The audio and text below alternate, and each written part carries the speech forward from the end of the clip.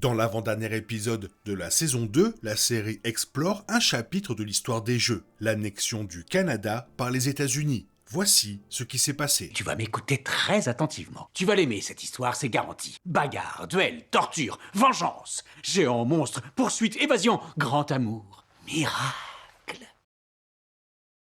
L'univers de Fallout est immense. À travers plusieurs jeux et une série, la licence a créé un monde riche et vivant, où chaque détail contribue à brosser le portrait d'un univers rétro-futuriste et post-apocalyptique unique. Chaque projet explore des zones différentes, apportant son lot de nouveautés tout en enrichissant le paysage post-apocalyptique ou l'histoire antérieure au bombardement. Dans l'épisode 7 de la saison 2, on a eu un aperçu d'un sujet crucial qu'il fallait aborder dans la série pour comprendre le rôle de Steph dans l'histoire, mais aussi pour comprendre ce qu'avaient fait les États-Unis pour garder le pouvoir. Les relations entre les États-Unis et le Canada bien avant que les bombes nucléaires tombent pendant la Grande Guerre. Installez-vous confortablement et parlons de l'annexion du Canada par les États-Unis. C'est une histoire horrible, alors préparez-vous à frissonner.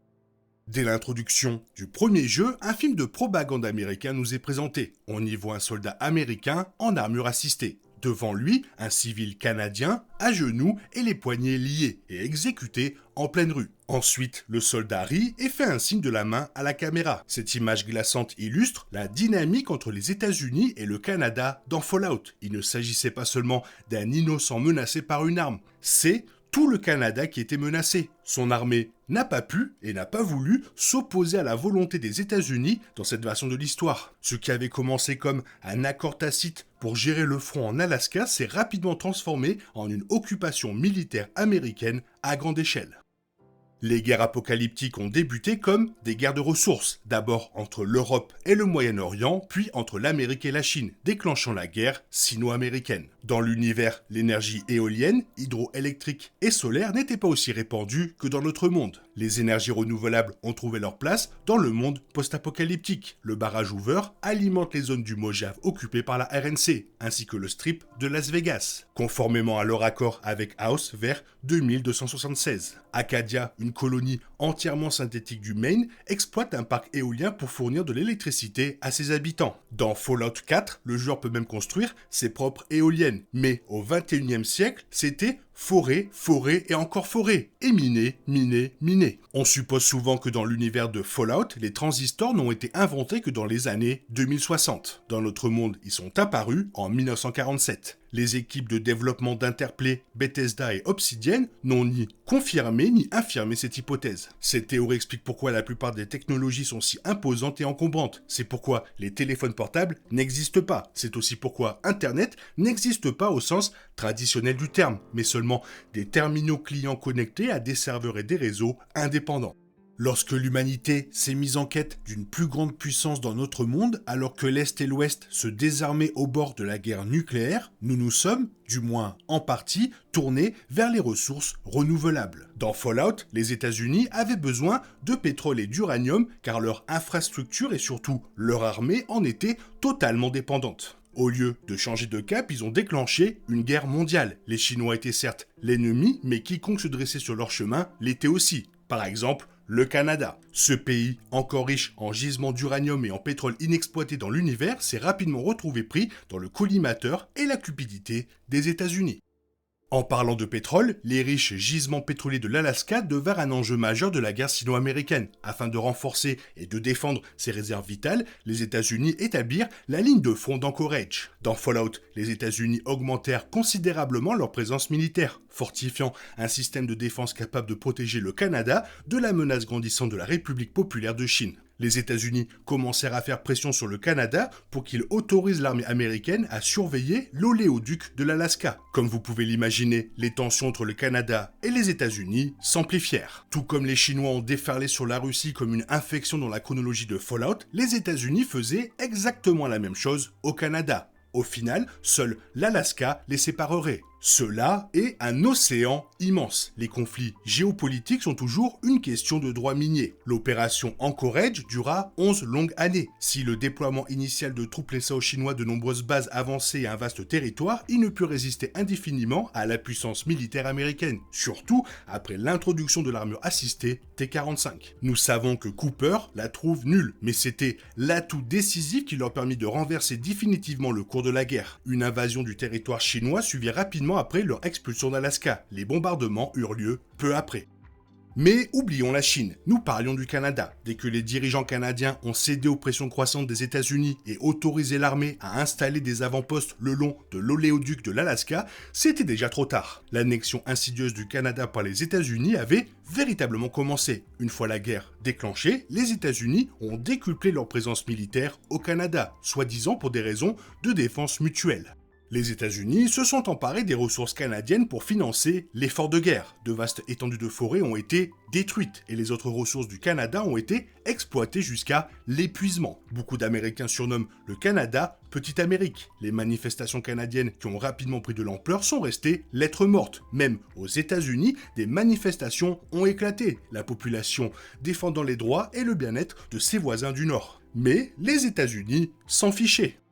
Les forces rebelles canadiennes se sont développées au fil du temps dans l'histoire de Fallout, mais ne disposaient pas du centième des effectifs nécessaires pour affronter une force d'occupation de l'envergure de celle déployée par les États-Unis au Canada. Toute tentative de résistance était un effort désespéré, qui se terminait presque toujours en tragédie. Demandez donc à la mère de la superviseuse Steph. Ah mais non, impossible, elle est morte. Les tensions ont dégénéré en violence après une tentative de sabotage de l'oléoduc de l'Alaska par des forces inconnues. La découverte de ce complot mystérieux a fourni aux États-Unis le prétexte nécessaire pour annexer entièrement le Canada. Certains indices laissent penser qu'il s'agissait d'une opération menée de l'intérieur. Les troupes américaines ont commencé à prendre le contrôle des infrastructures et des ressources canadiennes. Les villes canadiennes sont rapidement tombées sous la loi martiale et les troupes américaines patrouillaient dans les rues. Le Canada n'était plus une nation souveraine. Les États-Unis avaient annexé le Canada. L'annexion officielle du Canada par les États-Unis a débuté en 2072.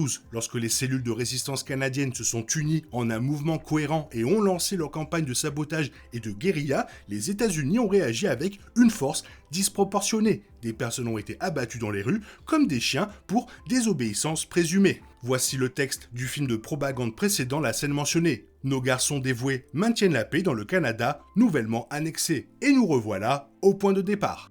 Des images de ces atrocités parvinrent aux États-Unis, même sans l'aide d'Internet ni des chaînes d'information en continu. Le mécontentement civil atteignit un niveau sans précédent aux États-Unis, dégénérant en émeutes et en massacres de manifestants. En 2077, l'annexion du Canada était achevée. Le Canada cessa d'exister en tant que nation indépendante. Ses provinces devinrent des territoires américains. Il fut décrété que tout manifestant ou membre de la résistance serait abattu à vue. Les États-Unis s'emparèrent ainsi de terres, de ressources et d'infrastructures précieuses. Lors de la séquence de crédit de l'épisode, on peut apercevoir un panneau à la frontière proclamant The Big 51, sans doute un nouveau surnom pour le Canada. Mieux vaut cela que Little America. La question se pose. Les corps de gendarmes assassinés y sont suspendus.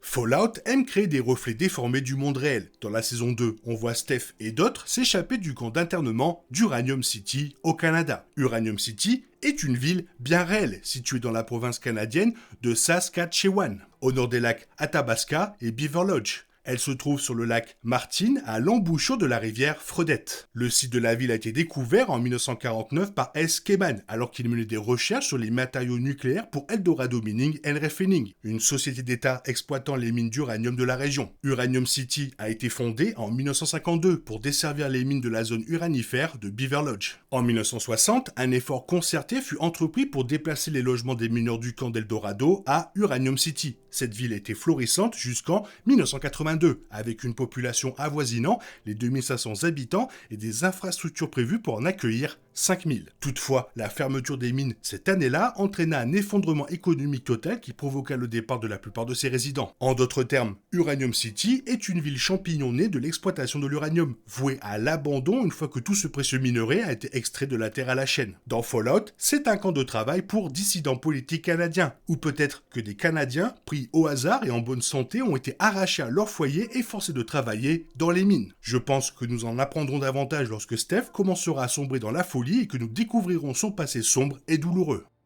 Pour l'instant, nous n'apercevons que les horreurs vécues par Steph et les autres Canadiens après l'annexion du Canada par les États-Unis dans la saison 2, ce qui nous amène à la meilleure réplique de Fallout: ne les considère pas comme des êtres humains, considère-les comme des Américains. Il est clair que les horreurs du passé de Steph la hantent encore, et elle court toujours dans la neige, tentant d'échapper aux Américains qui ont envahi le Canada et ruiné sa vie. Mais l'horreur engendre l'horreur. L'annexion du Canada par les États-Unis dans Fallout peut sembler une atrocité mondiale, mais nous sommes certains qu'elle laissera des traces indélébiles pour chacun, à un niveau très personnel. Et c'est ce que la série réussit si bien à nous montrer. Une histoire horrible perpétrée par les États-Unis contre le Canada, alors qu'ils n'ont pas dû en jouir beaucoup du Canada vu que les bombes ont explosé juste après. Toi, qu'est-ce que tu en penses? Fais-moi part de ton avis dans la zone commentaire, et sinon, comme d'habitude, bisous bisous, bye bye. T'es toujours là, toi? C'est fini. Rentre chez toi. Allez, dehors. Dai, dai, dai.